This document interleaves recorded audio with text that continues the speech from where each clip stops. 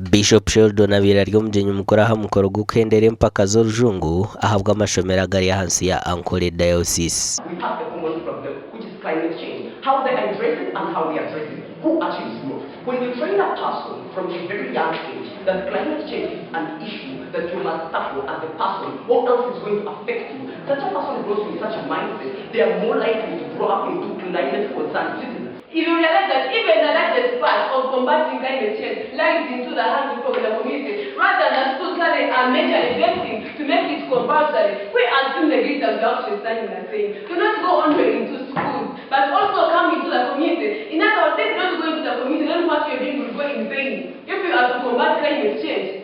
Mshana kubiru mshana, ifike bindi byajuro mu ijuru, karamogenzara nenda kubita hagumshana, mbwenu bono bareba batishitwa kubasakora. Tebekarisi by'ubuhangwa bakishito mito yabo babasa kugira kibayongera kutebekarishi hangeri. Empakeze zikorirwa hishomero rya Revival Girls School zetabirwa mu mashomero garuka 16 au kashaka garuze sinjire empakezi bwanyuma yo kuritana n'iryambara high school mzakamaririzo. Wazo mashomero kazomuza nursery okazomuza Sunday school ezitweta Sunday school children's church bakuretera kwaye bishatu byakana nabishi abojo ntari munkomwe nari babiri nari tarumu ozo mashomero abakubani bembera ebya drama nibabari yabishi abojo tubarumu hati wo mojo tayega kugamba kushobora noza kushobora nkai. Bishop Mwesigwaho na shabera amashomero go kutamana mu kushomesa abantu rujungu ngo nicija kuba yambombwire bwa nyensya nyowe kareba ko professor umwe wabira shomere professor w'ibyamagara atakumanya rujungu kamuribo hati bisayansi byona nabimanyeje byo konka ngwagambe takagamba rujungu takurumanya cyo ni nabo kari ushomero bushawwa ushomero bwa engineer bwa konka tokashobora.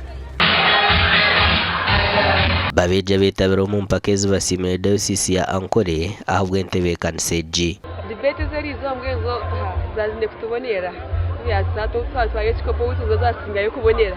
Omuganda makuru mureberezo w'ubureberezo bwa Ankole Right Reverend Associate Professor Fred Sheldon Mwesigwa ashabira abaziro kwetantara okushororo mu bana ngo nekirete muhondano mu maka. Omurebereza agambere ibyo bwabiraye bembiro kushaba ko mutana hishomero rya Bugamba Senior Secondary School omu Rwampara. Mukama nakuraganisa ndiyagumande niwe ndiyakwebembera ndiyakusinguza mukama wetabeha kwarukuraganisa kiriza abantu bensi nakubeha konka mukama hanga wetakoreje takubeha akaturaganisa twamushaba yakeza ruzasinuni abwe tishimire kumusimba. Oguhona shabere bakuru b'ibyo bwejeso mbyanga kongera kurambara hamwe no kushujuma imikorere y'amashomero ahabwo burunje bw'abana bihanga. Mukama hanga naza kwatiraho iwe shoma mnongorebe wihayo 10 noza kureba abantu nibija nibenda kutwara nibakurwanda abantu ari nibakwenda manya bankai ari umwana birari singiro secondary yihayo 10